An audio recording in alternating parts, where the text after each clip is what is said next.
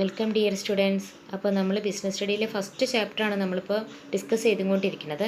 നമ്മൾ ആദ്യം ജസ്റ്റ് ഒരു ഇൻട്രൊഡക്ഷൻ നോക്കി, പിന്നെ എക്കണോമിക് ആക്ടിവിറ്റി എന്താണ്, നോൺ എക്കണോമിക് ആക്ടിവിറ്റി എന്താണ്, അതിൻ്റെ ഫീച്ചേഴ്സ് എന്തൊക്കെയാണെന്ന് നോക്കിക്കഴിഞ്ഞു. പിന്നെ നമ്മൾ പറഞ്ഞു എക്കണോമിക് ആക്ടിവിറ്റീനെ നമ്മൾ മൂന്നായിട്ടാണ് ഡിവൈഡ് ചെയ്യുന്നതെന്ന്.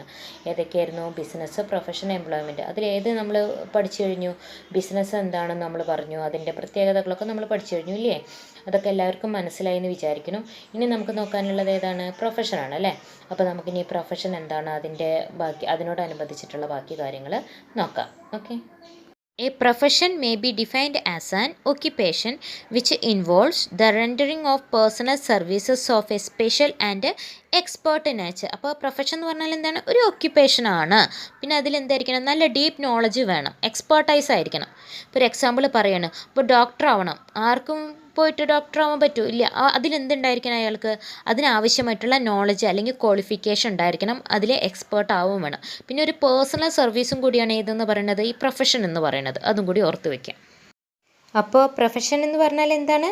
പ്രത്യേക പരിശീലനവും പരിജ്ഞാനവും ഉണ്ടായിരിക്കേണ്ടതും അതേപോലെ തന്നെ വ്യക്തിഗതമായ സേവനം ആവശ്യമായിട്ടുള്ളതുമായ ഒരു തൊഴിലാണ് അല്ലെങ്കിൽ ഒരു ഉദ്യോഗമാണ് ഏതെന്ന് പറയുന്നത്? പ്രൊഫഷൻ എന്ന് പറയുന്നത്. നെക്സ്റ്റ്, ഫീച്ചേഴ്സ് അല്ലെങ്കിൽ ക്യാരക്ടറിസ്റ്റിക്സ് ഓഫ് പ്രൊഫഷൻ. പ്രൊഫഷൻ്റെ ഫീച്ചേഴ്സ് അല്ലെങ്കിൽ ക്യാരക്ടറിസ്റ്റിക്സ് എന്തൊക്കെയാണെന്ന് നോക്കാം. അതിൽ ഫസ്റ്റ് പോയിന്റ് പറയുന്നത് well defined body of knowledge, രണ്ടാമത്തത് റെസ്ട്രിക്റ്റഡ് എൻട്രി, മൂന്നാമത്തത് പ്രൊഫഷണൽ അസോസിയേഷൻ, നാലാമത്തത് എത്തിക്കൽ കോഡ് ഓഫ് കണ്ടക്റ്റ്, അഞ്ചാമത്തത് സർവീസ് മോട്ടീവ്. ഇത്രയും ഫീച്ചേഴ്സാണുള്ളത്. ഇനി ഓരോന്നായിട്ട് നോക്കാം. First point well defined body of knowledge. Well defined body of knowledge എന്ന് പറഞ്ഞാൽ പ്രത്യേക നമ്മൾ പറഞ്ഞിട്ടുണ്ട്, പ്രത്യേക പരിശീലനവും ഒക്കെ ആവശ്യമായിട്ടുള്ള തൊഴിലാണ് പ്രൊഫഷൻ എന്ന് പറഞ്ഞാൽ. അപ്പോൾ ഏത് പ്രൊഫഷൻ ആണെങ്കിലും അതിന് എന്തുണ്ടായിരിക്കണം? ഒരു നോളജ് ഉണ്ടായിരിക്കണം എന്നുള്ള നിർബന്ധമാണ്. അതിന് ടീച്ചേഴ്സ് ആവട്ടെ, ഡോക്ടേഴ്സ് ആവട്ടെ, ഏതും ആയിക്കോട്ടെ, അതിന് അതിൻ്റേതായിട്ടുള്ള ഒരു നോളജ് ഉണ്ടായിരിക്കണം എന്നുള്ളത് നിർബന്ധമാണ്. രണ്ടാമത്തത് റെസ്ട്രിക്റ്റഡ് എൻട്രി. റെസ്ട്രിക്റ്റഡ് എൻട്രി എന്ന് പറഞ്ഞാൽ നിയന്ത്രിത പ്രവേശനം. നിയന്ത്രിത പ്രവേശനം എന്ന് പറഞ്ഞാൽ എല്ലാറ്റിനും ഇപ്പോൾ അതിൻ്റേതായിട്ടുള്ള ചില നിയമാവലികളും ചട്ടങ്ങളും റൂൾസ് ആൻഡ് റെഗുലേഷൻസ് ഒക്കെ ഉണ്ടാവും. അപ്പോൾ നിയമപരമായിട്ട് ഒരാൾക്കൊരു പ്രൊഫഷണലാകണമെന്നുണ്ടെങ്കിൽ അയാൾക്ക് എന്ത് ചെയ്യണം? അയാൾ പരീക്ഷകളും അതേപോലെ അതിൻ്റേതായിട്ടുള്ള പരീക്ഷകളും ഡിഗ്രികളും അതേപോലെ തന്നെ എൻട്രൻസൊക്കെ പാസ്സാവണം. അല്ലെ? എൻട്രൻസ് ഒക്കെ കിട്ടിയാൽ മാത്രമേ അയാൾക്ക് അതിലേക്ക് എൻട്രി ചെയ്യാൻ പറ്റുള്ളൂ. അപ്പോൾ ഒരു എക്സാമ്പിൾ നോക്കുക. അപ്പോൾ ഒരാൾക്ക് ഡോക്ടർ ആവണമെന്ന് വിചാരിക്കുക. അപ്പോൾ അയാൾക്ക് എന്തുണ്ടായിരിക്കണം? MBBS ഉണ്ടായിരിക്കണം എന്നുള്ള നിർബന്ധമാണ്. MBBS ഇല്ലാത്ത നമ്മൾ ഡോക്ടർ എന്ന് പറയുമോ? ഇല്ല. അപ്പോൾ അതിൻ്റേതായിട്ടുള്ള ഡിഗ്രികളും അതേമാതിരി പരീക്ഷകളൊക്കെ പാസ്സാവണം എന്നുള്ളത് നിർബന്ധമാണ് ഏത് പ്രൊഫഷനാണെങ്കിലും. ഓക്കെ. മൂന്നാമത്തത് പ്രൊഫഷണൽ അസോസിയേഷൻ. പ്രൊഫഷണൽ സംഘടനകൾ നിലവിലുണ്ട്. അതാണ് അതിൻ്റെ മലയാളം. ഇതിൽ പറയണത് എന്താണെന്ന് വെച്ചാൽ പ്രൊഫഷണലുകൾ പ്രാക്ടീസ് ആരംഭിക്കുന്നതിന് മുമ്പായിട്ട് അതാത് പ്രൊഫഷണൽ സംഘടനകളിൽ അവരെന്ത് ചെയ്യണം? അംഗത്വം എടുക്കണം, മെമ്പർ ആവണം എന്നുള്ളത് നിർബന്ധമുള്ള കാര്യമാണ്. അപ്പോൾ നോക്കുക, എല്ലാ പ്രൊഫഷണലുകൾക്കും അവരവരുടേതായിട്ടുള്ള പ്രൊഫഷണൽ അസോസിയേഷൻ ഉണ്ട്. ഇപ്പോൾ നോക്കുക, ലോയേഴ്സ് ആണെന്ന് വിചാരിക്കുക. ലോയേഴ്സ് അവരുടെ അസോസിയേഷനാണ് ബാർ കൗൺസിൽ. അതേമാതിരി ഡോക്ടേഴ്സിൻ്റെയാണ് മെഡിക്കൽ കൗൺസിൽ ഓഫ് ഇന്ത്യ എന്ന് പറയുന്നത്. അപ്പോൾ ഇതിലൊക്കെ അവരെന്തെടുക്കണം? അവരുടേതായിട്ടുള്ള ആ പ്രൊഫഷണൽ അസോസിയേഷനിൽ അംഗത്വം എടുക്കണം എന്ന് എന്താണ്? അവരുടേതായിട്ടുള്ള ആ പ്രൊഫഷണൽ അസോസിയേഷനിൽ അവർ അംഗത്വം എടുക്കണം എന്നുള്ളത് നിർബന്ധമുള്ള ഒരു കാര്യമാണ്. Okay. Next point ethical code of conduct. Ethical code of conduct എന്ന് പറയുന്നത് പെരുമാറ്റച്ചട്ടങ്ങൾ നിലവിലുണ്ട്. അതാണ് അതിൻ്റെ മലയാളം. അതിൽ പറയുന്നത് എന്താണെന്ന് വെച്ചാൽ പ്രൊഫഷണൽ സംഘടനകൾക്ക് അതിലെ അംഗങ്ങളുടെ പ്രൊഫഷണൽ അസോസിയേഷൻ ഉണ്ടെന്നൊക്കെ നമ്മൾ പറഞ്ഞില്ലേ. അപ്പോൾ അതിലുള്ള അംഗങ്ങളുടെ പെരുമാറ്റം നിയന്ത്രിക്കാനായിട്ട് ചില പെരുമാറ്റച്ചട്ടങ്ങൾ ഏർപ്പെടുത്തിയിട്ടുണ്ട്. മനസ്സിലാവുന്നുണ്ടോ? ഈ പെരുമാറ്റച്ചട്ടങ്ങൾ എന്ന് പറഞ്ഞാൽ അവർക്കൊരു കോഡ് ഓഫ് കണ്ടക്റ്റ് ഉണ്ടാവും. ഇപ്പോൾ ലോയേഴ്സ് ആണെങ്കിൽ അവരുടെ ജസ്റ്റിസ് എന്തായിരിക്കും? അവരുടെ ക്ലയൻറ്റിന് നീതി കൊടുക്കുക അല്ലെങ്കിൽ നീതി കിട്ടുക എന്നുള്ളതാണ് അവരുടെ ജസ്റ്റിസ് എന്ന് പറയുന്നത്. അതേപോലെ ഡോക്ടേഴ്സിന് എന്തായിരിക്കും? അവരുടെ പേഷ്യൻ്റ്, അവരെ ഡിപ്പെൻഡ് ചെയ്ത് വരുന്ന പേഷ്യൻറ്റിന് നല്ല ട്രീറ്റ്മെൻറ്റ് കൊടുക്കുക എന്നതൊക്കെ ആയിരിക്കും. അപ്പോൾ ഇവിടെ ഓരോ പ്രൊഫഷനും അവർ ഫോളോ ചെയ്യുന്ന എത്തിക്കൽ കോഡ് ഓഫ് കണ്ടക്റ്റ് ഉണ്ട്. അതായത് ഒരു പർട്ടിക്കുലർ ബിഹേവിയർ അല്ലെങ്കിൽ മാനേഴ്സ് അല്ലെങ്കിൽ സ്വഭാവം, ഇതൊക്കെ നമ്മൾ എന്ത് ചെയ്തിരിക്കണം? ഫോളോ ചെയ്തിരിക്കണം. ഓക്കെ. Next, service motive. ലക്ഷ്യം എന്താണ്? സേവനമാണ്. അപ്പോൾ ഓരോ പ്രൊഫഷനും അവരവരുടേതായിട്ടുള്ളൊരു മോട്ടീവ് ഉണ്ടാവും അല്ലെങ്കിൽ ഒരു ലക്ഷ്യം ഉണ്ടാവും അല്ലേ? അതായത് ഇപ്പോൾ എന്താ പറയുക, നമ്മുടെ അടുത്തേക്ക് അന്വേഷിച്ച് വരുന്ന ക്ലയൻറ്റിന് സർവീസ് പ്രൊവൈഡ് ചെയ്യുക എന്നുള്ളതാണ് ഇവരൊക്കെ ചെയ്യുന്നത്. മനസ്സിലാവുണ്ട്. അവരെ ഡിപ്പെൻഡ് ചെയ്ത് വരുന്നവർക്ക് എന്ത് കൊടുക്കുക, സർവീസ് പ്രൊവൈഡ് ചെയ്യുക. അതിന് പകരമായിട്ട് അവർ ചിലപ്പോൾ എന്ത് കൊടുക്കും, ഫീസ് റെമ്യൂണറേഷനായിട്ടൊക്കെ ആയിട്ട് തിരിച്ചു കൊടുക്കും അല്ലേ. അപ്പോൾ ഇവരുടെ പ്രധാനപ്പെട്ട മോട്ടീവ് എന്ന് പറയുന്നത് എന്താണ്, സേവനം ചെയ്യാന്നാണ് മറ്റുള്ളവർക്ക്. പ്രൊഫഷൻ്റെ പ്രധാന ലക്ഷ്യം എന്ന് പറയുന്നത് സേവനമാണെന്നുള്ള കാര്യം ഓർത്ത് വയ്ക്കുക. അപ്പോൾ ഡോക്ടേഴ്സ് ആണെങ്കിൽ അവരെ അന്വേഷിച്ച് വരുന്ന രോഗികൾക്ക് എന്ത് ചെയ്യുക, അവരുടെ അസുഖം മാറ്റുക എന്നുള്ളതിനാണ് അവർ കൂടുതൽ ഇമ്പോർട്ടൻസ് കൊടുക്കുന്നത്. മനസ്സിലാവുണ്ടല്ലോ, അവരുടെ അസുഖം മാറ്റാൻ ശ്രമിക്കുക എന്നുള്ളതിനാണ് കൂടുതൽ ഇമ്പോർട്ടൻസ്. അതാണ് അവരുടെ സർവീസ് എന്ന് പറയുന്നത്.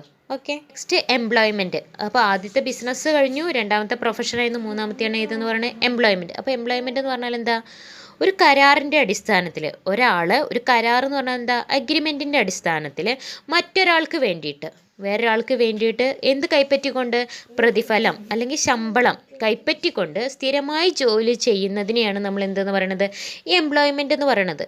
മനസ്സിലാവുന്നുണ്ടല്ലോ. അതിൽ നമുക്ക് ജോലി തരുന്ന വ്യക്തിയെ നമ്മൾ എംപ്ലോയർ എന്നാണ് പറയുക. ജോലി ചെയ്യുന്ന തൊഴിലാളിയെ നമ്മൾ എന്തെന്നും പറയും, എംപ്ലോയി എന്ന് പറയുന്നത്. അപ്പോൾ എംപ്ലോയർക്ക് വേണ്ടി എംപ്ലോയി ചെയ്യുന്ന ഒരു പ്രവർത്തനമാണ് ഇതെന്ന് പറയുന്നത് എംപ്ലോയ്മെൻറ്റ് എന്ന് പറയുന്നത്. അപ്പോൾ നമ്മൾ ചെയ്യുന്ന ജോലിക്ക് നമുക്ക് എന്ത് കിട്ടും, പ്രതിഫലം കിട്ടും അല്ലേ, സാലറി കിട്ടും. മനസ്സിലാവണം, ഇതിനെയാണ് നമ്മൾ എംപ്ലോയ്മെൻറ്റ് എന്ന് പറയുന്നത്. അപ്പോൾ എംപ്ലോയർക്ക് വേണ്ടി എംപ്ലോയി ചെയ്യുന്ന എന്തിൻ്റെ ഒരു അഗ്രിമെൻറ്റിൻ്റെ അടിസ്ഥാനത്തിൽ പ്രതിഫലം കൈപ്പറ്റിക്കൊണ്ട് ചെയ്യുന്ന ജോലിയാണ് നമ്മൾ എന്തെന്ന് പറയുന്നത്, എംപ്ലോയ്മെൻറ്റ് എന്ന് പറയുന്നത്. അപ്പോൾ എംപ്ലോയ്മെൻറ്റിന് ഏതൊക്കെ നമുക്ക് എക്സാമ്പിൾ പറയാം, ടീച്ചേഴ്സ്, അതേമാതിരി തന്നെ ഡ്രൈവേഴ്സ്, ഗവൺമെൻറ് ഉദ്യോഗസ്ഥർ, എല്ലാവരും ഏതിൽ പെടുന്നതാണ്, എംപ്ലോയ്മെൻറ്റിൽ പെടുന്നതാണ്. അപ്പോൾ എംപ്ലോയ്മെൻറ്റ് എന്ന് പറഞ്ഞാൽ എന്താണ്, എംപ്ലോയർക്ക് വേണ്ടി എംപ്ലോയി ചെയ്യുന്നതാണ്. അല്ലാതെ നമ്മൾ സ്വന്തം കാര്യങ്ങൾക്ക് വേണ്ടിയിട്ടല്ല അവിടെ ജോലി ചെയ്യുന്നത്, മറ്റൊരാൾക്ക് വേണ്ടിയിട്ടാണ് നമ്മൾ ജോലി ചെയ്യണമെന്ന് ഓർത്ത് വയ്ക്കുക. അപ്പോൾ അതിൻ്റെ നിയന്ത്രണവും കൺട്രോളൊക്കെ ആരുടെ കയ്യിൽ തന്നെയായിരിക്കും, എംപ്ലോയറുടെ കയ്യിലായിരിക്കും. എംപ്ലോയിനെ നിയന്ത്രിക്കുന്നത് ആരാണ്, എംപ്ലോയറാണ്.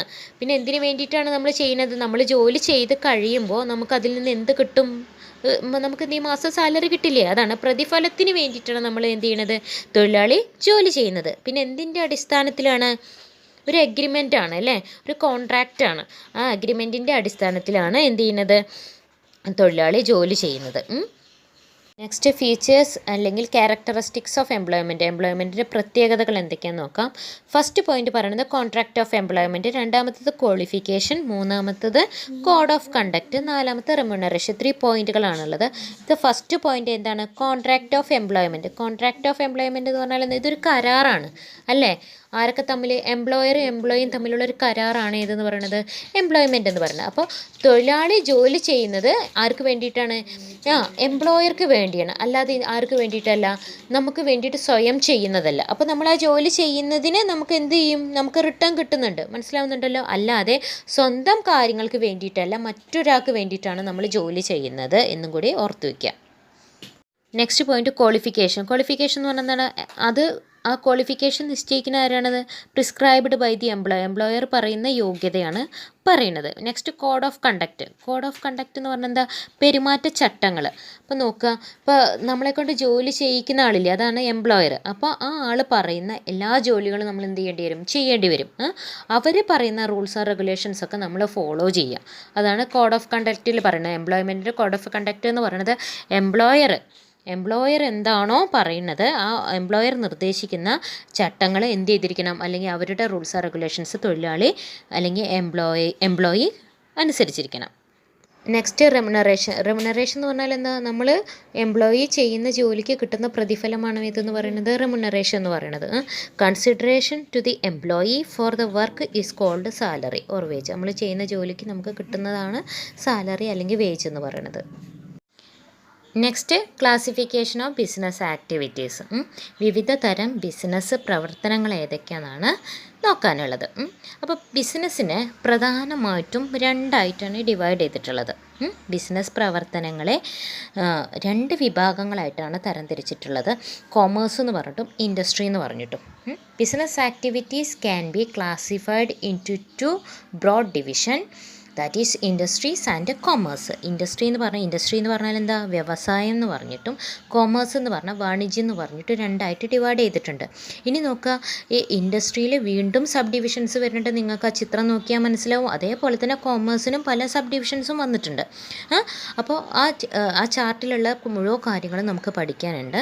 അപ്പോൾ ഇതൊരു എക്സാമിനൊക്കെ സാധാരണഗതിയിൽ ഒരു എസ്സേ ചോദിക്കുന്ന ഒരു ചോദ്യമാണ് കേട്ടോ, ഈ ക്ലാസിഫിക്കേഷൻ ഓഫ് ബിസിനസ് ആക്ടിവിറ്റീസ്. അപ്പോൾ നമുക്ക് ആദ്യം ഏത് നോക്കാം, ഇൻഡസ്ട്രി അല്ലെങ്കിൽ വ്യവസായം അതിൻ്റെ ടൈപ്സുകളും ഏതൊക്കെയാണെന്ന് നോക്കാം. ഓക്കെ, അതിൽ ഫസ്റ്റാണ് പ്രൈമറി ഇൻഡസ്ട്രി ഏതിൻ്റെ ഭാഗമായിരുന്നു? ഇൻഡസ്ട്രി നമ്മൾ മൂന്നായിട്ട് ഡിവൈഡ് ചെയ്തു. ഇത് ഫസ്റ്റാണ് ഇതെന്ന് പറയുന്നത് പ്രൈമറി എന്ന് പറഞ്ഞാൽ എന്താ? പ്രാഥമിക വ്യവസായം കേട്ടോ. അപ്പോൾ പ്രാഥമിക വ്യവസായം എന്ന് പറഞ്ഞാൽ എന്താണ്? നമ്മൾ നാച്ചുറൽ റിസോഴ്സസ് ഒക്കെ നമ്മൾ എന്ത് ചെയ്ത് എക്സ്ട്രാക്റ്റ് ചെയ്തെടുക്കുക. അതേപോലെ തന്നെ റീപ്രൊഡക്ഷൻ അതൊക്കെ ഏതിൽ വരുന്നുണ്ട്? പ്രൈമറി ഇൻഡസ്ട്രിയിൽ വരുന്നുണ്ട്. അപ്പം നാച്ചുറൽ റിസോഴ്സസ് ഒക്കെ നമ്മൾ എക്സ്ട്രാക്ട് ചെയ്തെടുക്കുക എന്ന് പറഞ്ഞാൽ എന്താ? അപ്പം നമ്മൾ എന്ത് ചെയ്യുക? ഗോൾഡൊക്കെ കുഴിച്ചെടുക്കില്ലേ? അതേപോലെ തന്നെ റീപ്രൊഡക്ഷൻ അത് ഏതിൽ വരുന്നുണ്ട്? പ്രൈമറി ഇൻഡസ്ട്രിയിൽ വരുന്നുണ്ട്. റീപ്രൊഡക്ഷൻ എന്ന് പറഞ്ഞാൽ എന്താ അവിടെ ഉദ്ദേശിക്കുന്നത്? പുതിയ ചെടികൾ ഉൽപ്പാദിപ്പിക്കുക, അങ്ങനെയുള്ള കാര്യങ്ങളൊക്കെ ചേർന്നതാണ് പ്രൈമറി ഇൻഡസ്ട്രി എന്ന് പറയുന്നത്. അപ്പോൾ പ്രൈമറി ഇൻഡസ്ട്രി എന്ന് പറഞ്ഞാൽ industries are engaged in the extraction and production of natural resources and reproduction and development of living organism plants etcetera or called primary industry. അവിടെ പറയുന്നത് എന്താ? പ്രകൃതി വിഭവങ്ങൾ പുറത്തെടുക്കുക, അവയ്ക്ക് എന്ത് ചെയ്യുക? രൂപപരിണാമം വരുത്തുക, ഉൽപ്പാദനം നടത്തുക എന്നീ പ്രവർത്തനങ്ങളൊക്കെ ഉൾക്കൊള്ളുന്നതാണ് ഏതെന്ന് പറയുന്നത്? പ്രൈമറി ഇൻഡസ്ട്രി എന്ന് പറയുന്നത്. മനസ്സിലായല്ലോ? ഇനി നോക്കുക, ഈ പ്രൈമറി ഇൻഡസ്ട്രീനെ തന്നെ വീണ്ടും രണ്ടായിട്ട് ഡിവൈഡ് ചെയ്യുന്നുണ്ട്. പ്രൈമറി ഇൻഡസ്ട്രീനെയാണ് വീണ്ടും രണ്ടായിട്ട് ഡിവൈഡ് ചെയ്തിട്ടുണ്ട്. അത് എക്സ്ട്രാക്റ്റീവ് ഇൻഡസ്ട്രി എന്ന് പറഞ്ഞിട്ടും ജെനറ്റിക് ഇൻഡസ്ട്രി എന്ന് പറഞ്ഞിട്ടും രണ്ടായിട്ട് ഡിവൈഡ് ചെയ്യുന്നുണ്ട്. എക്സ്ട്രാക്റ്റീവ് ഇൻഡസ്ട്രി എന്ന് പറഞ്ഞാൽ പ്രകൃതിജന്യ വ്യവസായങ്ങൾ എന്നാണ്. ജെനറ്റിക് ഇൻഡസ്ട്രി എന്ന് പറഞ്ഞാൽ ജൈവശാസ്ത്രപരമായ വ്യവസായങ്ങൾ എന്നാണ് പറയുന്നത്. ഓക്കെ, അങ്ങനെ രണ്ടായിട്ട് ഡിവൈഡ് ചെയ്യുന്നുണ്ട്. അതിൽ ഫസ്റ്റ് എക്സ്ട്രാക്റ്റീവ് ഇൻഡസ്ട്രി. എക്സ്ട്രാക്റ്റീവ് എന്ന് പറഞ്ഞാൽ എന്തായിരുന്നു? പ്രകൃതിജന്യ വ്യവസായം. അതിൽ പറയുന്നത് എന്താ വെച്ചാൽ 3 കാര്യങ്ങൾ ഓർത്ത് വയ്ക്കുക. മണ്ണ്, ജലം, വായു തുടങ്ങിയ പ്രകൃതി വസ്തുക്കളിൽ നിന്ന് സാധനങ്ങൾ പുറത്തെടുക്കുക, അല്ലെങ്കിൽ ഉൽപ്പാദിപ്പിക്കുന്ന അല്ലെങ്കിൽ ശേഖരിക്കുന്ന ഇനം വ്യവസായങ്ങളെയാണ് പ്രകൃതിജന്യ വ്യവസായങ്ങൾ എന്ന് പറയുന്നത്.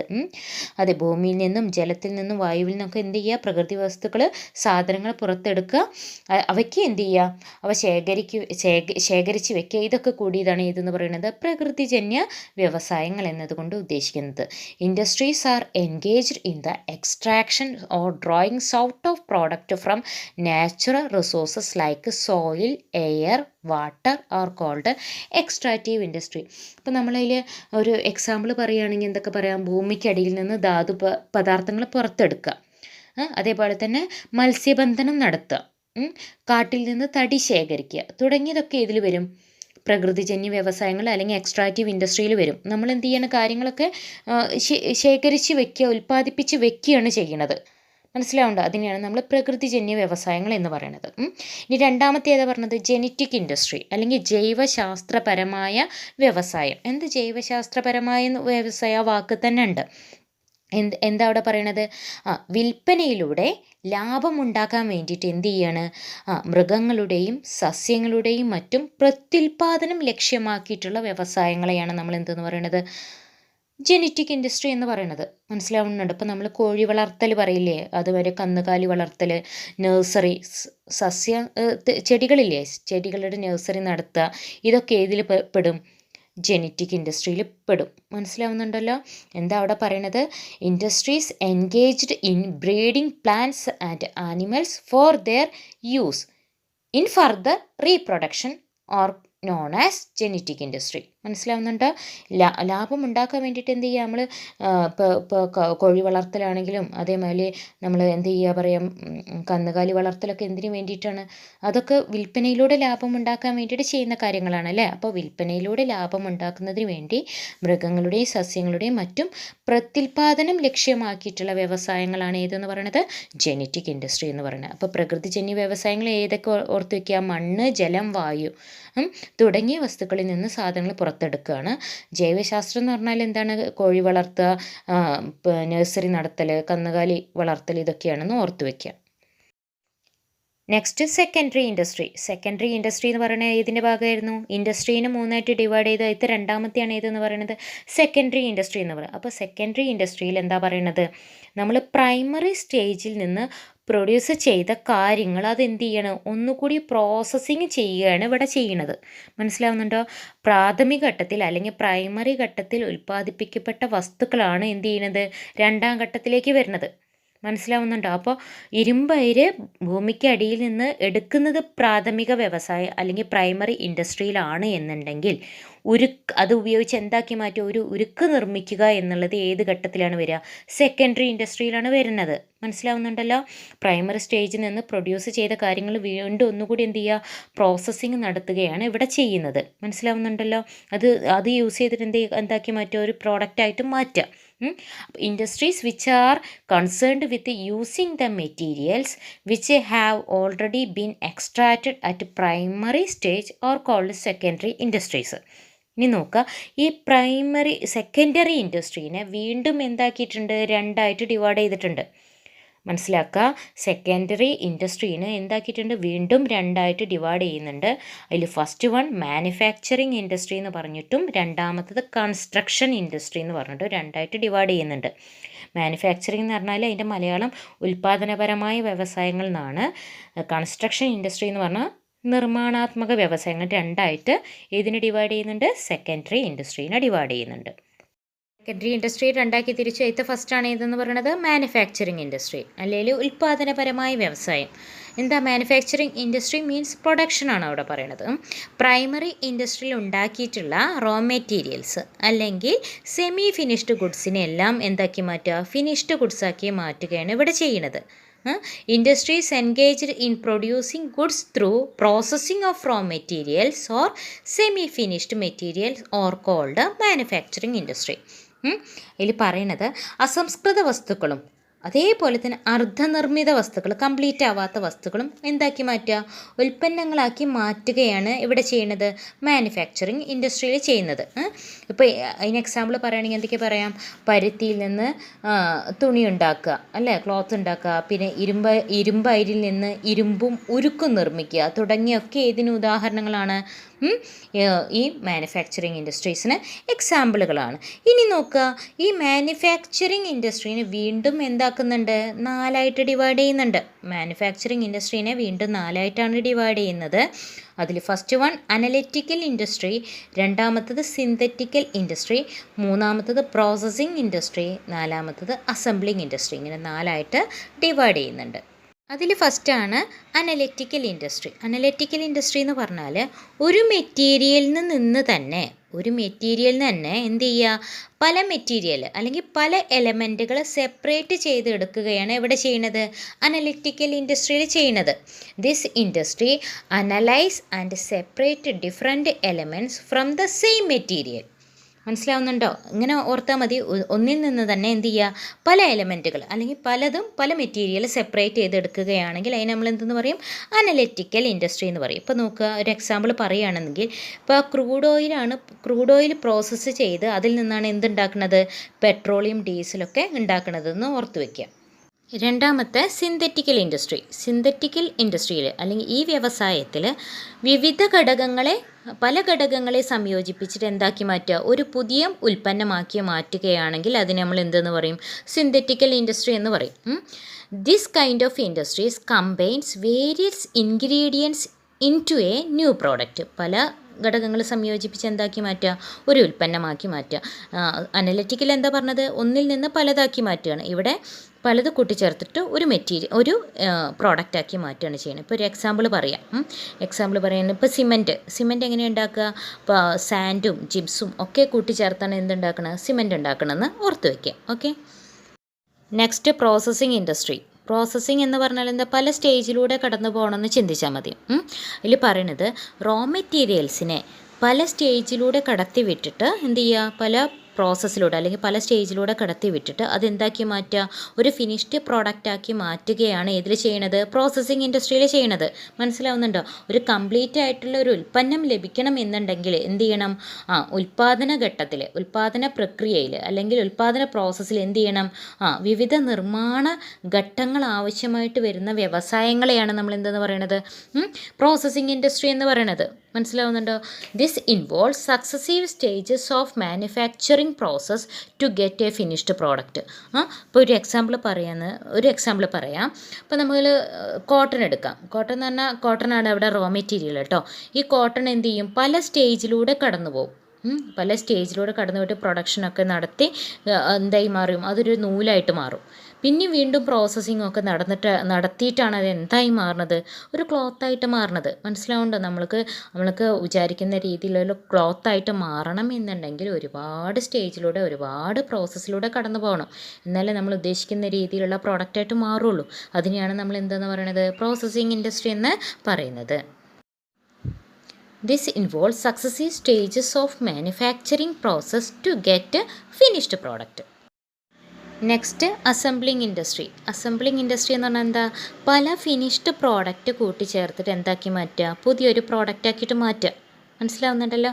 അപ്പോൾ ഈ ഇൻഡസ്ട്രിയിൽ എന്താ ചെയ്യണത്, ഒരു പുതിയ ഉൽപ്പന്നം ഉണ്ടാക്കുന്നതിന് വേണ്ടിയിട്ട് അല്ലെങ്കിൽ ഒരു പുതിയ ഉൽപ്പന്നം ഉൽപ്പാദിപ്പിക്കുന്നതിന് എന്ത് ചെയ്യണം, പല വ്യത്യസ്തങ്ങളായ ഭാഗങ്ങൾ അല്ലെങ്കിൽ കോമ്പോണൻസ് കൂട്ടി യോജിപ്പിക്കുകയാണ് ഇവിടെ ചെയ്യുന്നത്. അതിനെയാണ് നമ്മൾ എന്തെന്ന് പറയുന്നത്, അസംബ്ലിംഗ് ഇൻഡസ്ട്രി എന്ന് പറയുന്നത്.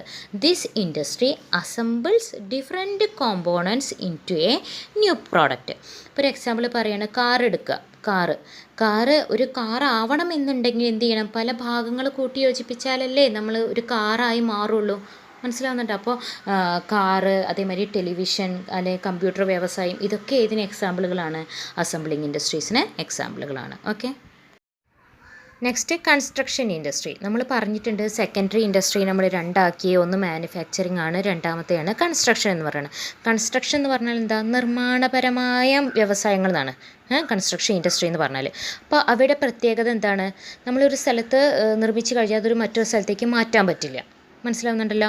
ഒരു നിശ്ചിത സ്ഥലത്ത് നിന്ന് നീക്കം ചെയ്യാൻ സാധിക്കാത്ത വസ്തുക്കളെ നിർമ്മിക്കുന്ന വ്യവസായത്തെയാണ് നമ്മൾ എന്തെന്ന് പറയുന്നത്, കൺസ്ട്രക്ഷൻ ഇൻഡസ്ട്രി എന്ന് പറയുന്നത്. ഇപ്പോൾ എക്സാമ്പിൾ പറയുകയാണെങ്കിൽ കെട്ടിടങ്ങൾ ഉണ്ടാക്കുക, പാലങ്ങൾ, അണക്കെട്ടുകൾ, ഇവയൊക്കെയാണ് ഏതിന് എക്സാമ്പിൾ പറയുക, കൺസ്ട്രക്ഷൻ ഇൻഡസ്ട്രി എന്ന് പറയുന്നത്. മനസ്സിലാവുന്നുണ്ട്? അപ്പോൾ കെട്ടിടങ്ങളും പാലങ്ങളും അണക്കെട്ടുകളും എന്നിവയുടെയൊക്കെ നിർമ്മാണവുമായി ബന്ധപ്പെട്ട വ്യവസായങ്ങളാണ് കൺസ്ട്രക്ഷൻ ഇൻഡസ്ട്രി എന്ന് പറയുന്നത്. അവ നമുക്ക് നിർമ്മിച്ച് കഴിഞ്ഞ് എന്ത് ചെയ്യാൻ പറ്റില്ല, മറ്റൊരു സ്ഥലത്തേക്ക് മാറ്റാൻ പറ്റില്ല, മൂവ് ചെയ്യാൻ പറ്റില്ല.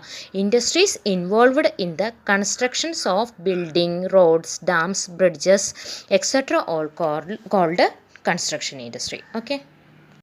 നെക്സ്റ്റ് ടേർഷ്യറി ഇൻഡസ്ട്രി അല്ലേ, തൃതീയ വ്യവസായം. നമ്മൾ പറഞ്ഞു ഇൻഡസ്ട്രി നമ്മൾ മൂന്നാക്കി, ഒന്ന് പ്രൈമറി ആയിരുന്നു, 2 സെക്കൻഡറി, മൂന്നാമത്തെയാണ് ഏതെന്ന് പറയുന്നത് ടേർഷ്യറി ഇൻഡസ്ട്രി. അപ്പോൾ ടേർഷ്യറി ഇൻഡസ്ട്രി എന്ന് പറഞ്ഞാൽ എന്താ, പ്രൈമറി ഇൻഡസ്ട്രിക്കും അതേപോലത്തെ സെക്കൻഡറി ഇൻഡസ്ട്രിക്കും സപ്പോർട്ട് ചെയ്യുന്നതാണ് ഏതെന്ന് പറയുന്നത് ടേർഷ്യറി ഇൻഡസ്ട്രി എന്ന് പറയുന്നത്. മനസ്സിലാവുന്നുണ്ടല്ലോ?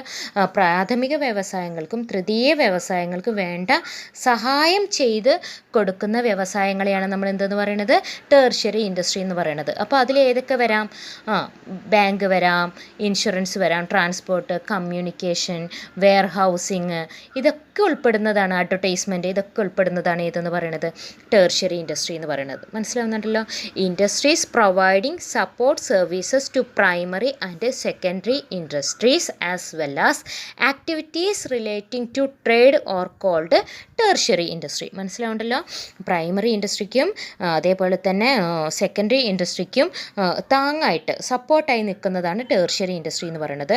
അത് എന്തും കൂടി പറയുന്നുണ്ട്, കച്ചവടവുമായി ബന്ധപ്പെട്ട എല്ലാ പ്രവർത്തനങ്ങളും ഏതിൽ വരുന്നുണ്ട്, ടേർഷ്യറി ഇൻഡസ്ട്രിയിൽ വരുന്നുണ്ട്. മനസ്സിലാവുന്നുണ്ടല്ലോ?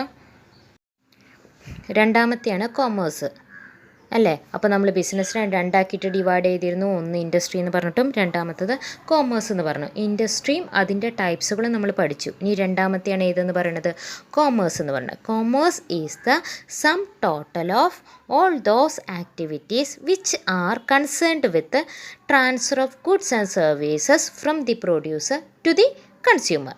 അവിടെ പറയുന്നത് എന്താ, പ്രൊഡ്യൂസറിൽ നിന്ന്, പ്രൊഡ്യൂസർ ആരാ, ഗുഡ്സ് ഉണ്ടാക്കുന്ന ആളാണേ, ആ ആളിൽ നിന്ന് കൺസ്യൂമേഴ്സിൻ്റെ അടുത്ത് എത്താൻ വേണ്ടിയിട്ട് അതിൻ്റെ ഉള്ളിൽ എന്തൊക്കെ പ്രവർത്തനങ്ങൾ അല്ലെങ്കിൽ എന്തൊക്കെ ആക്ടിവിറ്റീസ് നടക്കുന്നുണ്ടോ അതെല്ലാം കൂടിയതാണ് ഇതെന്ന് പറയണത് കോമേഴ്സ് എന്ന് പറയണത്. അപ്പോൾ ഉൽപ്പന്നങ്ങൾ നിർമ്മാണ സ്ഥലത്ത് നിന്ന് ഉപഭോക്താവിൻ്റെ കയ്യിലേക്ക് എത്തണ്ടേ. അപ്പോൾ അതിൻ്റെ ഇടയിൽ എന്ത് ചെയ്യുന്നുണ്ട്, ഒരുപാട് ഘട്ടങ്ങളിലൂടെയാണ് അത് കടന്നു പോകുന്നത്. അപ്പോൾ ആ ഘട്ടങ്ങളെല്ലാം കൂടി ചേർന്നതാണ് ഏതെന്ന് പറയുന്നത് കോമേഴ്സ് എന്ന് പറയുന്നത്. നിർമ്മാതാവും ഉപഭോക്താവും തമ്മിലുള്ള അകലമില്ലാതാക്കുക. മനസ്സിലാവുന്നുണ്ട്? ആ അകലമില്ലാതാക്കി അവരെ തമ്മിൽ ബന്ധിപ്പിക്കുന്ന ഒരു പ്രോസസ്സാണ് അല്ലെങ്കിൽ ഒരു പ്രക്രിയയാണ് ഏതെന്ന് പറയുന്നത് കോമേഴ്സ് എന്ന് പറയുന്നത്. എല്ലാറ്റിൻ്റെയും സം ടോട്ടൽ അതാണ് കോമേഴ്സ്. ഇനി നോക്കുക, ഈ കോമേഴ്സിന് നമ്മൾ കച്ചവടമെന്നും അതേമാതിരി തന്നെ ഓക്സിലറി ട്രേഡ് എന്നും രണ്ടായിട്ട് ഡിവൈഡ് ചെയ്യുന്നുണ്ട്. മനസ്സിലാവുന്നുണ്ട്. കോമേഴ്സിന് നമ്മൾ രണ്ടായിട്ട് ഡിവൈഡ് ചെയ്തു. ട്രേഡ് അല്ലെങ്കിൽ കച്ചവടം, അതേപോലെ തന്നെ ഓക്സിലറി ട്രേഡ് അല്ലെങ്കിൽ എയ്ഡ്സ് ടു ട്രേഡ് എന്ന് പറയാം. അങ്ങനെ രണ്ടായിട്ട് കൊമേഴ്സിനെ ഡിവൈഡ് ചെയ്യുന്നുണ്ട്. Commerce is equal to trade plus auxiliary trade. Trade എന്ന് പറഞ്ഞാൽ കച്ചവടം അല്ലെങ്കിൽ വ്യാപാരം. ഓക്സിലറി ട്രേഡ് എന്ന് പറഞ്ഞാൽ അപ്പോൾ എന്തായിരിക്കും? കച്ചവടത്തെ സഹായിക്കുന്ന ഘടകങ്ങളാണ് ഇതെന്ന് പറയുന്നത് എയ്ഡ്സ് ടു ട്രേഡ് അല്ലെങ്കിൽ ഓക്സിലറി ട്രേഡ് എന്ന് പറയുന്നത്. അതിൽ ഫസ്റ്റാണ് ട്രേഡ് എന്ന് പറയാം. ട്രേഡ് പറഞ്ഞാൽ എന്തായിരുന്നു? കച്ചവടം അല്ലെങ്കിൽ വ്യാപാരം കേട്ടോ. അപ്പോൾ buying and selling of goods is termed as trade. സാധനങ്ങൾ വാങ്ങുകയും വിൽക്കുകയും ചെയ്യുന്നതാണ് ഏതെന്ന് പറയുന്നത്? ട്രേഡ് അല്ലെങ്കിൽ കച്ചവടം എന്ന് പറയുന്നത്. എന്തിനു വേണ്ടിയിട്ട്? ലാഭം ഉണ്ടാക്കാൻ വേണ്ടിയിട്ട് ഒന്നുകിൽ റെഡി ക്യാഷ് കൊടുത്തിട്ടോ അല്ലെങ്കിൽ കടത്തിനോ സാധനങ്ങൾ വാങ്ങുകയും വിൽക്കുകയും ചെയ്യുന്നൊരു പ്രവൃത്തിയാണ് ഏതെന്ന് പറയുന്നത്? ട്രേഡ് അല്ലെങ്കിൽ കച്ചവടം എന്ന് പറയുന്നത്. ഇനി നോക്കുക, ഈ ട്രേഡിനെ, ഈ കച്ചവടത്തെ നമ്മൾ എന്ത് ചെയ്യുന്നുണ്ട്? വീണ്ടും രണ്ടായിട്ട് ഡിവൈഡ് ചെയ്യുന്നുണ്ട്. ട്രേഡിനെ രണ്ടായിട്ടാണ് ഡിവൈഡ് ചെയ്യുന്നത്.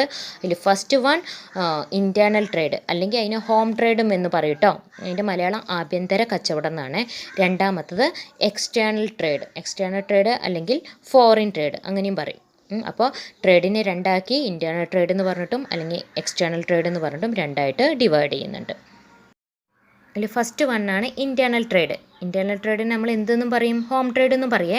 അവിടെ പറയണത് എന്താണെന്ന് വെച്ചാൽ സാധനങ്ങൾ വാങ്ങുന്നതും വിൽക്കുന്നതും ഒരു രാജ്യത്തിൻ്റെ അതിർത്തിക്കുള്ളിൽ മാത്രം നടക്കുന്നുണ്ടെങ്കിൽ അതിനെയാണ് നമ്മൾ എന്തെന്ന് പറയുക? ഇൻറ്റേർണൽ ട്രേഡ് അല്ലെങ്കിൽ ഹോം ട്രേഡ് എന്ന് പറയുക. മനസ്സിലാവുന്നുണ്ടോ? ഒരു രാജ്യത്തിൻ്റെ ഉള്ളിൽ തന്നെ നടത്തുന്ന സാധനങ്ങളുടെ കൈമാറ്റത്തെയാണ് ഇൻറ്റേർണൽ ട്രേഡ് എന്ന് പറയുന്നത്. അപ്പോൾ internal or domestic or home trade is concerned with the buying and selling of goods within the geographical boundaries of the country. ഒരു രാജ്യത്തിൻ്റെ ഉള്ളിൽ തന്നെ നടക്കുന്ന സാധനങ്ങളുടെ വാങ്ങലും വിൽക്കലും ആണ് എന്നുണ്ടെങ്കിൽ അതിന് നമ്മൾ എന്തെന്ന് പറയും? ഇൻറ്റേർണൽ ട്രേഡ് എന്ന് പറയും. ഈ ഇൻറ്റേർണൽ ട്രേഡിനെ വീണ്ടും എന്ത് ചെയ്യുന്നുണ്ട്? രണ്ടായിട്ട് ഡിവൈഡ് ചെയ്യുന്നുണ്ട് കേട്ടോ. ഇൻറ്റേർണൽ ട്രേഡിനെ വീണ്ടും എന്ത് ചെയ്യുന്നുണ്ട്? രണ്ടായിട്ട് ഡിവൈഡ് ചെയ്യുന്നുണ്ട്. അതിൽ ഫസ്റ്റ് വൺ ഹോൾസെയിൽ ട്രേഡ്, രണ്ടാമത്തെ റീറ്റെയിൽ ട്രേഡ്. അത് നിങ്ങൾക്കൊക്കെ അറിയണം. ഹോൾസെയിലും റീറ്റെയിലൊക്കെ അറിയണമല്ലേ? ഹോൾസെയിൽ ട്രേഡ് എന്ന് പറഞ്ഞാൽ എന്താ? മൊത്ത വ്യാപാരം എന്നാണ്. റീറ്റെയിൽ ട്രേഡ് എന്ന് പറഞ്ഞാൽ ചില്ലറ വ്യാപാരം അല്ലെങ്കിൽ ചില്ലറ കച്ചവടം എന്ന്. അങ്ങനെ രണ്ടായിട്ട് ഇതിനെ ഡിവൈഡ് ചെയ്യുന്നുണ്ട്? ഇൻറ്റേർണൽ ട്രേഡിനെയാണ് ഡിവൈഡ് ചെയ്യുന്നത് കേട്ടോ. അതിൽ ഫസ്റ്റ് വണ്ണാണ് ഹോൾസെയിൽ ട്രേഡ്. ഹോൾസെയിൽ ട്രേഡ് എന്ന് പറഞ്ഞാൽ എന്താ? മൊത്ത കച്ചവടം കേട്ടോ. മൊത്ത കച്ചവടം എന്ന് പറഞ്ഞാൽ ഉൽപ്പാദകരിൽ നിന്ന് എന്ത് ചെയ്യും? ഇവർ വലിയ അളവിൽ ഉൽപ്പന്നങ്ങൾ വാങ്ങിയിട്ട് അത് എന്ത് ചെയ്യും? ചെറിയ തോതിൽ റീറ്റെയിലേഴ്സിന് അല്ലെങ്കിൽ ചില്ലറ കച്ചവടക്കാർക്ക് വിൽക്കുന്നതിനെയാണ് നമ്മൾ എന്തെന്ന് പറയുന്നത്? ഹോൾസെയിൽ ട്രേഡ് എന്ന് പറയുന്നത്. മനസ്സിലാവുന്നുണ്ടല്ലോ? ഉൽപ്പാദകരിൽ നിന്ന്, ഉൽപ്പാദകർ എന്ന് പറഞ്ഞാൽ പ്രോഡക്റ്റ് നിർമ്മിക്കുന്നവരിൽ നിന്ന് വൻതോതിൽ ഒരുപാട് വാങ്ങിയിട്ട് അതെന്ത് ചെയ്യും? ആവശ്യമുള്ള ചില്ലറ കച്ചവടക്കാർക്ക് ചെറിയ അളവിൽ വിൽക്കുകയും ചെയ്യുന്നതിനെയാണ് ഹോൾസെയിൽ ട്രേഡ് എന്ന് പറയുന്നത്. അപ്പോൾ ഈ ഹോൾസെയിലേഴ്സ് എന്ന് പറയുന്നത് പ്രൊഡ്യൂസേഴ്സിൻ്റെയും അതേപോലെ തന്നെ റീറ്റെയിലേഴ്സിൻ്റെയും ഇടയിൽ വർക്ക് ചെയ്യുന്നവരാണ് ആരെന്ന് പറയുന്നത്? ഹോൾസെയിലേഴ്സ് എന്ന് പറയുന്നത്. When goods are purchased and sold in bulk, it is called wholesale trade. Next ആണ് റീറ്റെയിൽ ട്രേഡ്. റീറ്റെയിൽ ട്രേഡ് എന്ന് പറഞ്ഞാൽ എന്താ? ചില്ലറ കച്ചവടം. നമുക്ക് പേര് കേട്ടാൽ തന്നെ അറിയാം അല്ലേ? ചെറിയ തോതിലുള്ള കച്ചവടമാണ് ഏതെന്ന് പറയുന്നത്? റീറ്റെയിൽ ട്രേഡ് അല്ലെങ്കിൽ ചില്ലറ കച്ചവടം എന്ന് പറയുന്നത്. അവിടെ ചെയ്യുന്നത് എന്താണ്? ഈ ഹോൾസെയിലേഴ്സ് അല്ലെങ്കിൽ മൊത്ത കച്ചവടക്കാരിൽ നിന്ന് സാധനങ്ങൾ വാങ്ങുന്ന റീറ്റെയിലേഴ്സ് ഇത് എന്ത് ചെയ്യും?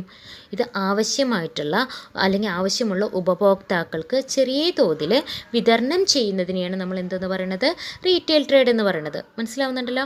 ഹോൾസെയിലേഴ്സിൻ്റെ അടുത്ത് നിന്ന് ഉൽപ്പന്നങ്ങൾ ചെറിയ അളവിൽ വാങ്ങിയിട്ട് എന്ത് ചെയ്യും? ആവശ്യമുള്ള ഉപഭോക്താക്കൾക്ക് അവരുടെ ആവശ്യത്തിനനുസരിച്ച് വിൽക്കുന്ന വ്യാപാരത്തിനെയാണ് നമ്മൾ എന്തെന്ന് പറയുന്നത്? റീറ്റെയിൽ ട്രേഡ് എന്ന് പറയുന്നത്. അപ്പോൾ ഈ റീറ്റെയിലേഴ്സ് എന്ന് പറയുന്നത് മൊത്ത കച്ചവടക്കാരുടെയും അതേപോലെ തന്നെ ഉപഭോക്താക്കളുടെയും ഇടയിൽ പ്രവർത്തിക്കുന്നവരാണ് ആരെന്ന് പറയുന്നത്? ഈ റീറ്റെയിലേഴ്സ് എന്ന് പറയുന്നത്. മനസ്സിലാവുന്നുണ്ടല്ലോ? അപ്പോൾ when goods are purchased and sold in comparatively smaller quantities it is called retail trade. Next foreign trade അല്ലെങ്കിൽ എക്സ്റ്റേണൽ ട്രേഡ്. എക്സ്റ്റേണൽ ട്രേഡ് എന്ന് പറഞ്ഞാൽ എന്താണ്? നമ്മൾ പറഞ്ഞു ട്രേഡിനെ രണ്ടാക്കി. ഫസ്റ്റ് വൺ ഇൻറ്റേർണൽ ട്രേഡാണ്, രണ്ടാമത്തെയാണ് എക്സ്റ്റേണൽ ട്രേഡ്. എക്സ്റ്റേണൽ ട്രേഡ് അല്ലെങ്കിൽ ഫോറിൻ ട്രേഡ് എന്ന് പറഞ്ഞാൽ രണ്ട് രാജ്യങ്ങൾ തമ്മിലുള്ള കച്ചവടമാണ് ഇതെന്ന് പറയുന്നത്. ഈ എക്സ്റ്റേണൽ ട്രേഡ് അല്ലെങ്കിൽ ഫോറിൻ ട്രേഡ് എന്ന് പറയുന്നത് സാധനങ്ങൾ വാങ്ങലും വിൽക്കുന്നതും രണ്ട് രാജ്യങ്ങൾ തമ്മിലാവുമ്പോൾ അത് നമ്മൾ എന്തെന്ന് പറയും? ഫോറിൻ ട്രേഡ് എന്നാണ് പറയുക. external or foreign or international trade consists of exchange of goods and services between persons, firms operating in two or more countries. ഇനി നോക്കുക, ഈ എക്സ്റ്റേണൽ ട്രേഡിനെ അല്ലെങ്കിൽ ഫോറിൻ ട്രേഡിനെ വീണ്ടും എന്താക്കുന്നുണ്ട്, മൂന്നായിട്ട് ഡിവൈഡ് ചെയ്യുന്നുണ്ട്. അതിൽ ഫസ്റ്റ് വൺ എക്സ്പോർട്ട് ട്രേഡ്, അറിയാലോ എക്സ്പോർട്ട് ട്രേഡ് എന്താണെന്ന് അറിയാലോ. രണ്ടാമത്തത് ഇമ്പോർട്ട് ട്രേഡ്, മൂന്നാമത്തത് എൻട്രി പോർട്ട് ട്രേഡ്. അങ്ങനെ മൂന്നായിട്ട് ഏതിനെ ഡിവൈഡ് ചെയ്യുന്നുണ്ട്, ഈ എക്സ്റ്റേണൽ ട്രേഡിനെ ഡിവൈഡ് ചെയ്യുന്നുണ്ട്. അതിൽ ഫസ്റ്റ് പോയിൻ്റാണ് എക്സ്പോർട്ട് ട്രേഡ്. എക്സ്പോർട്ട് ട്രേഡ് എന്ന് പറഞ്ഞാൽ എന്താ, കയറ്റുമതി അല്ലേ, കയറ്റി അയക്കുക. ഇവിടെ പറയുന്നത് എന്താണ്, വിദേശത്തുള്ളവർക്ക് അല്ലെങ്കിൽ വിദേശത്തുള്ള വ്യാപാരികൾക്ക് നമ്മൾ എന്ത് ചെയ്യണേ, സാധനങ്ങൾ വിൽക്കുന്നുണ്ടെങ്കിൽ അതിന് നമ്മൾ എന്തെന്ന് പറയും, എക്സ്പോർട്ട് ട്രേഡ് എന്ന് പറയും. If goods are sold to other countries it is referred to as export trade. രണ്ടാമത്തെയാണ് ഇമ്പോർട്ട് ട്രേഡ്. അപ്പോൾ ഇമ്പോർട്ട് ട്രേഡ് എന്തായിരിക്കും, ഇറക്കുമതി ചെയ്യുക. നമുക്ക് ആവശ്യമുള്ള സാധനങ്ങൾ നമ്മൾ എന്ത് ചെയ്യുക, മറ്റു രാജ്യങ്ങളിൽ നിന്ന് ഇങ്ങോട്ടേക്ക് ഇറക്കുമതി ചെയ്യില്ലേ, അതാണ് ഇമ്പോർട്ട് ട്രേഡ് എന്ന് പറയുന്നത്. വിദേശ രാജ്യങ്ങളിലുള്ള വിതരണക്കാരിൽ നിന്ന് നമ്മൾ എന്ത് ചെയ്യണേ, സാധനങ്ങൾ വാങ്ങിക്കുന്നുണ്ടെങ്കിൽ അല്ലെ വാങ്ങുന്നതിനെയാണ് നമ്മൾ എന്തെന്ന് പറയുന്നത്, ഇമ്പോർട്ട് ട്രേഡ് എന്ന് പറയുന്നത്. If goods are purchased from another country it is referred to as import trade. അടുത്തതാണ് entry port trade. Entry port trade എന്ന് പറഞ്ഞാൽ എന്താ അവിടെ പറയണത്, മറ്റുള്ള രാജ്യങ്ങളിൽ നിന്ന് എന്ത് ചെയ്യും, നമ്മൾ ഇങ്ങോട്ട് ഇമ്പോർട്ട് ചെയ്യും, ഇറക്കുമതി ചെയ്യും, എന്നിട്ട് എന്ത് ചെയ്യും, അത് നമ്മൾ മറ്റു രാജ്യങ്ങളിലേക്ക് കയറ്റി അയക്കും, മറ്റു രാജ്യങ്ങളിലേക്ക് വിൽക്കും. അതിനെയാണ് നമ്മൾ എന്തെന്ന് പറയണത്, എൻട്രി പോർട്ട് ട്രേഡ് എന്ന് പറയും. അതുകൊണ്ട് നമ്മളതിനെ റീ എക്സ്പോർട്ട് ട്രേഡ് എന്നും പറയും കേട്ടോ. എന്താ ചെയ്യണം, അവിടെ നമ്മളൊരു രാജ്യത്തിൽ നിന്ന് സാധനങ്ങൾ ഇറക്കുമതി ചെയ്തിട്ട് വേറൊരു രാജ്യത്തിലേക്ക് നമ്മൾ അതെന്ത് ചെയ്യും, കയറ്റി അയക്കുന്നുണ്ടെങ്കിൽ നമ്മളതിന് എന്തെന്ന് പറയും, എൻട്രി പോർട്ട് ട്രേഡ് എന്നാണ് പറയുക. Next auxiliary trade. Auxiliary trade അല്ലെങ്കിൽ എയ്ഡ്സ് ടു ട്രേഡ് എന്ന് പറയാം. അങ്ങനെ പറഞ്ഞാൽ എന്താ, കച്ചവട സഹായികൾ. നമ്മൾ പറഞ്ഞു കൊമേഴ്സ് നമ്മൾ രണ്ടായിട്ടാണ് ഡിവൈഡ് ചെയ്തിട്ടുള്ളത്, ട്രേഡും ഓക്സിലറി ട്രേഡ് എന്ന് പറഞ്ഞു. അപ്പോൾ ഓക്സിലറി ട്രേഡ് എന്തായിരിക്കും, ട്രേഡിനെ ഹെൽപ്പ് ചെയ്യുന്നവയാണ് ഓക്സിലറി ട്രേഡുകൾ എന്ന് പറയുന്നത്. ട്രേഡിനെ ഹെൽപ്പ് ചെയ്യുന്ന എല്ലാ പ്രവർത്തനങ്ങളും ഉൾക്കൊള്ളുന്നതാണ് ഇതെന്ന് പറയുന്നത് ഓക്സിലറി ട്രേഡ് എന്ന് പറയുന്നത്. അപ്പോൾ ഒരു കച്ചവടം ആകുമ്പോൾ അതിന് ഒരുപാട് പ്രതിസന്ധികളൊക്കെ ഉണ്ടാവാം. ആ പ്രതിസന്ധികളൊക്കെ എന്ത് ചെയ്തിട്ട് മാറ്റിയിട്ട് വ്യാപാരത്തെ, കച്ചവടത്തെ സുഗമമാക്കുന്നവയാണ് ഇതെന്ന് പറയുന്നത് ഓക്സിലറി ട്രേഡ് എന്ന് പറയുന്നത്. അപ്പോൾ ഏതൊക്കെയാണ് ഓക്സിലറി ട്രേഡുകൾ എന്ന് നോക്കാം. ഫസ്റ്റ് വൺ ട്രാൻസ്പോർട്ടേഷൻ, രണ്ടാമത്തത് കമ്മ്യൂണിക്കേഷൻ, മൂന്നാമത്തത് ബാങ്കിങ് ആൻഡ് ഫിനാൻസ്, നാലാമത്തത് ഇൻഷുറൻസ്, അഞ്ചാമത്തത് വെയർഹൗസിങ്, ആറാമത്തത് അഡ്വർടൈസിങ്. അതിൽ ഫസ്റ്റാണ് ഏതെന്ന് പറയുന്നത് ട്രാൻസ്പോർട്ടേഷൻ. ട്രാൻസ്പോർട്ടേഷൻ എങ്ങനെ ഹെൽപ്പ് ചെയ്യണമെന്ന് നോക്കാം. Transport helps in removing the hindrance of place in the exchange of goods and services. എന്താ അവിടെ പറയണത്, ഗുഡ്സ് ആൻഡ് സർവീസസ് എക്സ്ചേഞ്ച് ചെയ്യുന്ന തടസ്സം ഒഴിവാക്കാൻ സഹായിക്കുന്നുണ്ട്. അപ്പോൾ സ്ഥലത്തിൻ്റെ തടസ്സമാണ് കേട്ടോ അവിടെ ഒഴിവാവുന്നത്. അപ്പോൾ നമ്മൾ നോക്കുക, നമ്മൾ നിർമ്മിച്ച് വെച്ചു എന്ന് വിചാരിക്കുക, സാധനങ്ങൾ നമ്മൾ നിർമ്മിച്ച് വെച്ചു. ആ നിർമ്മിച്ച് വെച്ചാൽ മാത്രം മതിയോ, അത് എന്ത് ചെയ്യണം, അത് മാത്രം പോരല്ലോ, അത് കൺസ്യൂമേഴ്സിൻ്റെ അടുത്ത് എത്തിക്കണം, വേണ്ടേ? അപ്പോൾ എത്തിക്കണം എന്നുണ്ടെങ്കിൽ അപ്പോൾ ഓരോരുത്തർ ഓരോ സ്ഥലത്തുള്ളവരായിരിക്കും. അപ്പോൾ ഒരു സ്ഥലത്ത് നിന്ന് മറ്റൊരു സ്ഥലത്തേക്ക് നമ്മൾ സാധനങ്ങൾ എത്തിക്കാനുള്ള തടസ്സം നമുക്ക് ഏത് വഴി ഒഴിവാക്കാൻ പറ്റും, ഈ ട്രാൻസ്പോർട്ടേഷൻ വഴി ഇല്ലാതാവുന്നു. അപ്പോൾ ഉൽപ്പാദകനും ഉപഭോക്താവും തമ്മിലുള്ള അകലം ഇല്ലാതാക്കാൻ ഏത് സഹായിക്കുന്നുണ്ട്, ട്രാൻസ്പോർട്ടേഷൻ ഹെൽപ്പ് ചെയ്യുന്നുണ്ട്. രണ്ടാമത്തെയാണ് കമ്മ്യൂണിക്കേഷൻ. കമ്മ്യൂണിക്കേഷൻ എന്ന് പറഞ്ഞാൽ എന്താണ്, കമ്മ്യൂണിക്കേഷൻ എന്തിൻ്റെ തടസ്സമാണ് മാറ്റുന്നത്, അപ്പോൾ ഇൻഫോർമേഷൻ അങ്ങോട്ടും ഇങ്ങോട്ടും എക്സ്ചേഞ്ച് ചെയ്യുമ്പോണ്ടാവുന്ന തടസ്സമില്ലേ, ആ തടസ്സം ഒഴിവാക്കാൻ കമ്മ്യൂണിക്കേഷൻ ഹെൽപ്പ് ചെയ്യുന്നുണ്ട്. Communication helps in removing the hindrance of exchange of information between producer and consumers.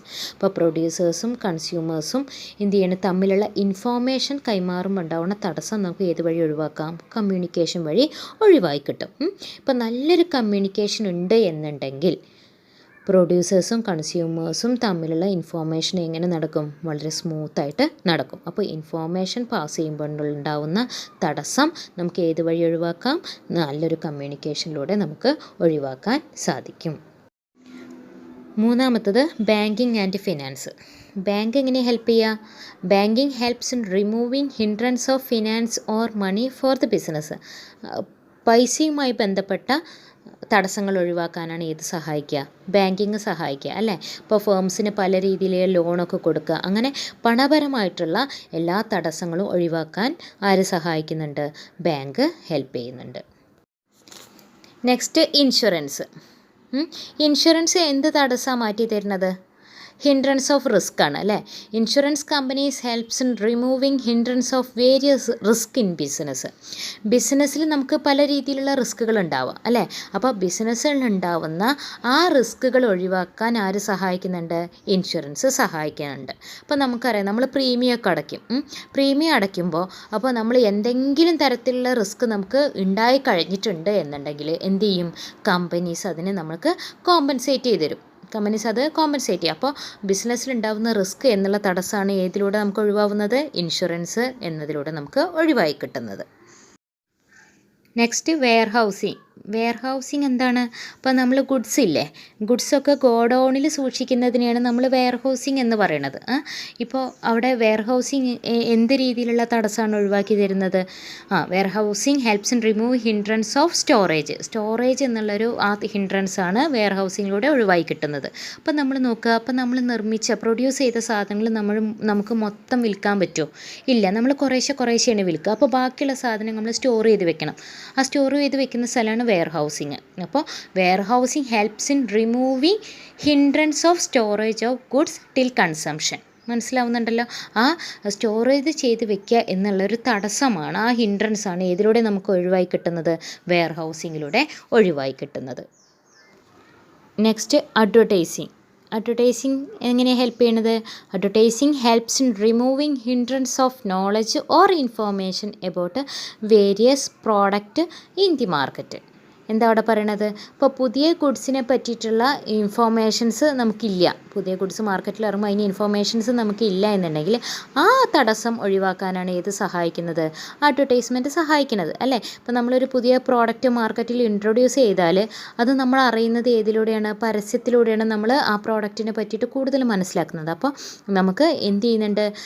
Helps in removing hindrance of knowledge or information about various product in the market. അപ്പോൾ ആ information ഇല്ല എന്നുള്ള ആ തടസ്സമാണ് ഏതിലൂടെ ഒഴിവായി കിട്ടുന്നത്? അഡ്വർടൈസ്മെൻറ്റിലൂടെ ഒഴിവായി കിട്ടുന്നത്. അപ്പോൾ ഇത്രയാണ് ഓക്സിലറി ട്രേഡുകൾ. ഓക്കെ.